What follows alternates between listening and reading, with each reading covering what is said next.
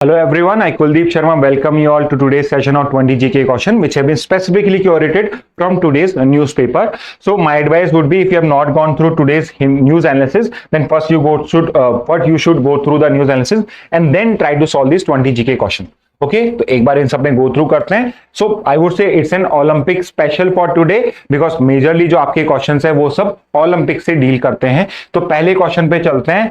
Which is the city which is going to host the 2028 summer Olympics. तो question को ढंग से पढ़ना है. वो ask you the 2028 summer Olympics, not the 2024. Actual exam में प्लीज क्वेश्चंस को ढंग से पढ़ना. सो जो आपका 2028 समर ओलंपिक्स है, it is being hosted by Los Angeles in USA. तो यूएसए में लॉस एंजलिस 2028 के जो आपके हैं उसको होस्ट करेगा.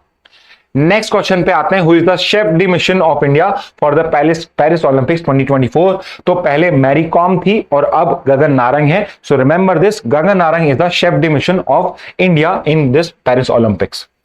नेक्स्ट पे आते हैं. Who among the following is the flag bearer of India for the opening ceremony of Paris Olympics. तो इंडिया का फ्लैग कौन कैरी करने वाला है? So there are two person जो इसको कैरी करेंगे. एक है आपके शरद कमल और दूसरे हैं आपके पीवी सिंधु. तो both A and B, which means third का आंसर हो जाएगा D. So these are some of the questions from Olympics from the sports section जो आपके एग्जाम्स में डायरेक्टली पूछे जा सकते हैं. Okay, not just in CLAT but in not just in AILET, वहां तो आते ही हैं, क्लैट में भी इस बार बहुत चांस है. नेक्स्ट पे आते हैं. 2024 Olympics host city of Paris is built along the shores of which river. So simply Paris जो सिटी है ये किस पर्टिकुलर रिवर पे है? जितनी भी मेजर सिटीज हैं वर्ल्ड की वो किसी ना किसी रिवर के शोर पे ही या बैंक पे ही बसी हुई हैं. तो सिमिलरली जो पेरिस है वो भी सीन रिवर के शोर पे बसी हुई है. So this is also an important question. Next पे आते हैं. Which new competitive sport has been added into the Paris Olympics. So we have discuss all of this question today in our news analysis. और जो नया sports add हुआ है, very important question, वो है ब्रेक डांसिंग. ओके, नेक्स्ट पे आते हैं. What is the official mascot of Paris Olympics. Paris Olympics के ऑफिशियल मैस्कॉट का नाम क्या है? So we have done this also. Frigi is the official mascot of Paris Olympics. Frigi is basically the traditional cap of the French people और उसको animate करके यहाँ पे कैरेक्टर बनाया गया है फ्रिजी का, और that is the official mascot of the Paris Olympics. Next पे आते हैं. What is the motto of the Paris 2024 Olympics. So motto क्या है पेरिस 2024 ओलंपिक्स का? सो मोटो या ये जो मैसेज है, it is games wide open, यानी सब लोगों के लिए ओपन है हमारे गेम्स, और यही हमारा मोटो है इस पर्टिकुलर ओलंपिक्स का. नेक्स्ट पे आते हैं. Who was the first president of the Indian Olympic association. So majorly it is that person जो रिस्पॉन्सिबल है आपके ओलंपिक्स को इंडिया के अंदर में प्रमोट करने के लिए, एक स्ट्रक्चर प्रोवाइड करने के लिए, और वो belong to the Tata group, जो फाउंडर भी थे टाटा ग्रुप के. It is sir Dorabji Tata. So he was the first president of the Indian Olympic association.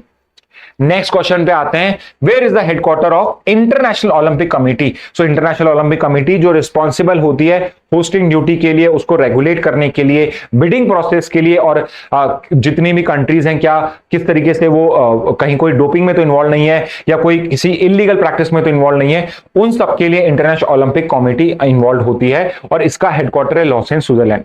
तो एक मैं आपसे अगर यहां पे क्वेश्चन पूछना चाहूं कमेंट बॉक्स में मेंशन करने के लिए, which are the two countries जिनके एथलीट्स को उनके फ्लैग के अंडर में पार्टिसिपेशन करने के लिए आईओसी ने अलाउ नहीं किया है. सो इंटरनेशनल ओलंपिक कमेटी ने दो कंट्रीज के एथलीट्स को अलाउ नहीं करा है to participate in the Olympics competition under their flag, anthem etcetera. तो अपने फ्लैग में नहीं, they would be participating as neutral athletes, यानी वो किसी कंट्री से बिलोंग नहीं करते हैं और वो उन दो कंट्रीज के लोग हैं. तो कौन सी वो दो कंट्रीज हैं? Mention it in the comment box. और 9th का आंसर है आपका ए. 10th पे आते हैं. Which is the first city to have hosted the Olympics game 3 times. तो यहां पे क्वेश्चन है फर्स्ट सिटी कौन सी है जिसने ओलंपिक्स गेम्स को 3 times, थर्ड टाइम होस्ट करा है. तो पहली सिटी पूछी गई है. So it won't be Paris, it would be London. So London 3 time पहले होस्ट कर चुका है और अब पेरिस सेकेंड सिटी बन चुका है जो 3 टाइम इसको होस्ट कर चुका है. So if you remember we have discuss this, Paris ने कौन से 3 सालों में इसको होस्ट किया था? Remember this. आपको पेरिस ने पहले 2 बार कब होस्ट करा 2024 के अलावा, वो आपको पता होने चाहिए. तो प्रीवियस 2 ओकेजन जब पेरिस ने होस्ट करा ओलंपिक्स को, वो आप कमेंट बॉक्स में मेंशन करें. नेक्स्ट पे आते हैं. After a bill is pass by the state legislature, तो लेजिस्लेटिव असेंबली, लेजिस्लेटिव काउंसिल, अगर दोनों हाउसेज हैं तो उसमें गवर्नर के पास क्या क्या ऑप्शन होते हैं? क्या वो एसेंट देने का ही ऑप्शन है उसके पास? क्या उसके पास विथहोल्ड करने का ऑप्शन है, क्या वो प्रेसिडेंट के रिकंसिलिएशन के लिए भेज सकता है, या all of the above. So it's a very simple question, answer would be D, all of the above, because governor इन तीनों में से कोई भी एक्शन ले सकता है। सो एक क्वेश्चन आई थिंक मेरे को न्यूज एनालिसिस में पूछना चाहिए था, बट मैं यहां पूछ लेता हूं आपसे कि मैंने आपको बताया कि स्टेट लेवल पे यूजुअली लेजिस्लेटिव असेंबली होती है, बट कुछ ऐसी स्टेट्स हैं जहां पे सेकंड हाउस एक लेजिस्लेटिव काउंसिल भी होता है, और जब दोनों हाउस पास करते हैं उसके बाद गवर्नर के पास जाता है। दोनों हाउस पास करना रिक्वायर्ड नहीं है, मतलब लेजिस्लेटिव काउंसिल 4 मंथ्स तक इस पे डिस्कशन कर सकता है, अमेंडमेंट सजेस्ट कर सकता है।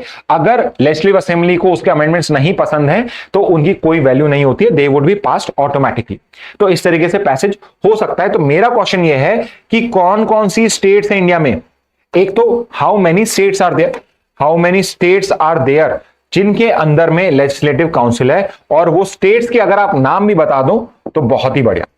नेम्स ऑफ द स्टेट्स जिनके अंदर में लेजिस्लेटिव काउंसिल है, और ऐसी कितनी स्टेट्स हैं। तो अगर आपको स्टेट्स के नंबर याद है तो नंबर भी बता दीजिए, और अगर नाम याद है तो प्लीज नंबर भी आप बता सकते हैं, नाम भी आप बता सकते हैं। ओके, नेक्स्ट क्वेश्चन पे आते हैं। What time limit is prescribed for the governor to make a decision with regard to passage of a bill passed by a state legislature. यानी कि जब बिल पास हो चुका है उसके बाद गवर्नर को कितने टाइम लिमिट के अंदर में, कितने टाइम के अंदर में उस पर्टिकुलर बिल पे कुछ डिसीजन लेना कंपलसरी है।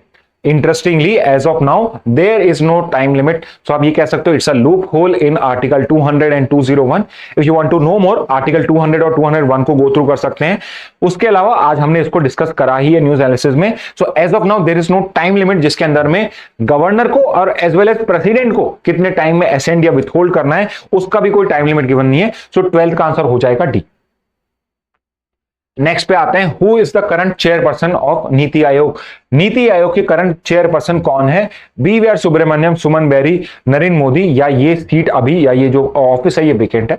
So I would say it's a tricky question, because आप चेयरपर्सन पढ़ के ऑप्शन देके ए या बी ना टिक कर दो, बट जो आपका प्राइम मिनिस्टर होता है he is the ex officio chairperson. So Narendra Modi is the current chairperson of your NITI Aayog. Next पे आते हैं, MSP in India is recommended by which authority. So we have discuss MSP today again, we have discussed it an number of times earlier also. So I hope अब आपको याद हो गया होगा कि एमएसपी को रिकमेंड करने वाली बॉडी का नाम है CACP, commission for agriculture and cost and prices. Next पे आते हैं, minimum support price in India is announced for how many crops apart from fair and remunerative price for sugar cane. So कितनी sugar केन को हटा के जिसके लिए आप FRP अनाउंस करते हो, उसके अलावा कितनी क्रॉप्स है जिनके लिए आप MSP अनाउंस करते हो। So the number of crop जिनके लिए MSP अनाउंस होती है, दीज आर 22, बट अगर मैं शुगर केन को ऐड कर दूंगा it would be 22 + 1 23। Next question पे आते हैं, which is the authority which appoints high court जजेस in India.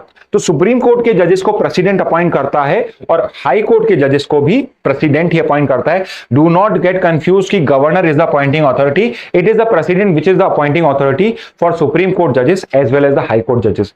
It is the governor which is the appointing authority when it's come to district जजेस and lower judiciary. So remember this, supreme court और high court जजेस को president ही appoint करता है। Next question पे आते हैं, which country is the largest producer as well as consumer of coal in the world. So this country is the largest producer as well as the largest consumer of coal in the world, and that country is China. So it's I would say कि अगर आपको largest consumer पता है, so you also know कि largest consumer तो China ही होगा। So even though if you don't know कि लार्जेस्ट प्रोड्यूसर कौन है, लार्जेस्ट कंज्यूमर को नोन करके भी आप चाइना पे टिक कर सकते हो। सो 17 का आंसर हो जाएगा सी। नेक्स्ट क्वेश्चन पे आते हैं, which country has the largest coal reserves in the world. So ये एक इंटरेस्टिंग क्वेश्चन है, बिकॉज लार्जेस्ट कोल रिजर्व जिस कंट्री के पास में, ना तो वो लार्जेस्ट प्रोड्यूसर है, ना ही वो लार्जेस्ट कंज्यूमर है, ना ही वो लार्जेस्ट एक्सपोर्टर है। तो यहां पे जो लार्जेस्ट प्रोड्यूसर कंज्यूमर जो हमने लास्ट क्वेश्चन में देखा था, it was China. Largest exporter of coal in the world is Indonesia, but interestingly जिसके पास सबसे ज्यादा कोल रिजर्व्स हैं वो है country of United States. So 18 का आंसर हो जाएगा a, United States. So remember this, usually हमें लगेगा कि China would be the largest जिसके पास रिजर्व्स होंगे बिकॉज वो प्रोड्यूसर भी है, but it is only the producer, largest coal reserves उसके पास में नहीं है, largest coal reserves United States के पास में। So let's come to the penultimate question. How many UNESCO World Heritage Sites have been recognized in India? So interestingly, अभी हमने 43rd साइट को रिकॉग्नाइज करा है। आप उसका नाम अगर आपको याद हो तो please mention it in the comment box कि उस पर्टिकुलर 43rd साइट का नाम क्या। असम के अंदर में है, I have already given you hint also, तो उसका आप नाम बता सकते हैं। सो 19 का आंसर है 43 sites have been recognised as world heritage sites in India. Finally, the last question for today: what is the upper age limit for application under the Agnipath scheme? So upper age limit, higher age limit क्या है आपके Agnipath scheme के लिए? So you should know कि minimum age limit या lower age limit है आपकी 17.5 और हायर एज लिमिट है आपकी 21. सो मैक्सिमम आप 21 एज के हो तब तक ही आप अग्निपथ स्कीम के लिए अप्लाई कर सकते हो. इससे ऊपर की एज के आप हो तो आप उसे अप्लाई नहीं कर सकते. Okay, so student, these were the 20 GK question. I would से if you have gone through today's daily news analysis, I think these would be a very easy question, but I would से all of this question have deserves a place in your exam also. So all of these question can come in your exam also. So you can note it down somewhere, you can take a screenshot, however you want to keep a record of it. Okay, so that's it from my side. Thank you and have a very nice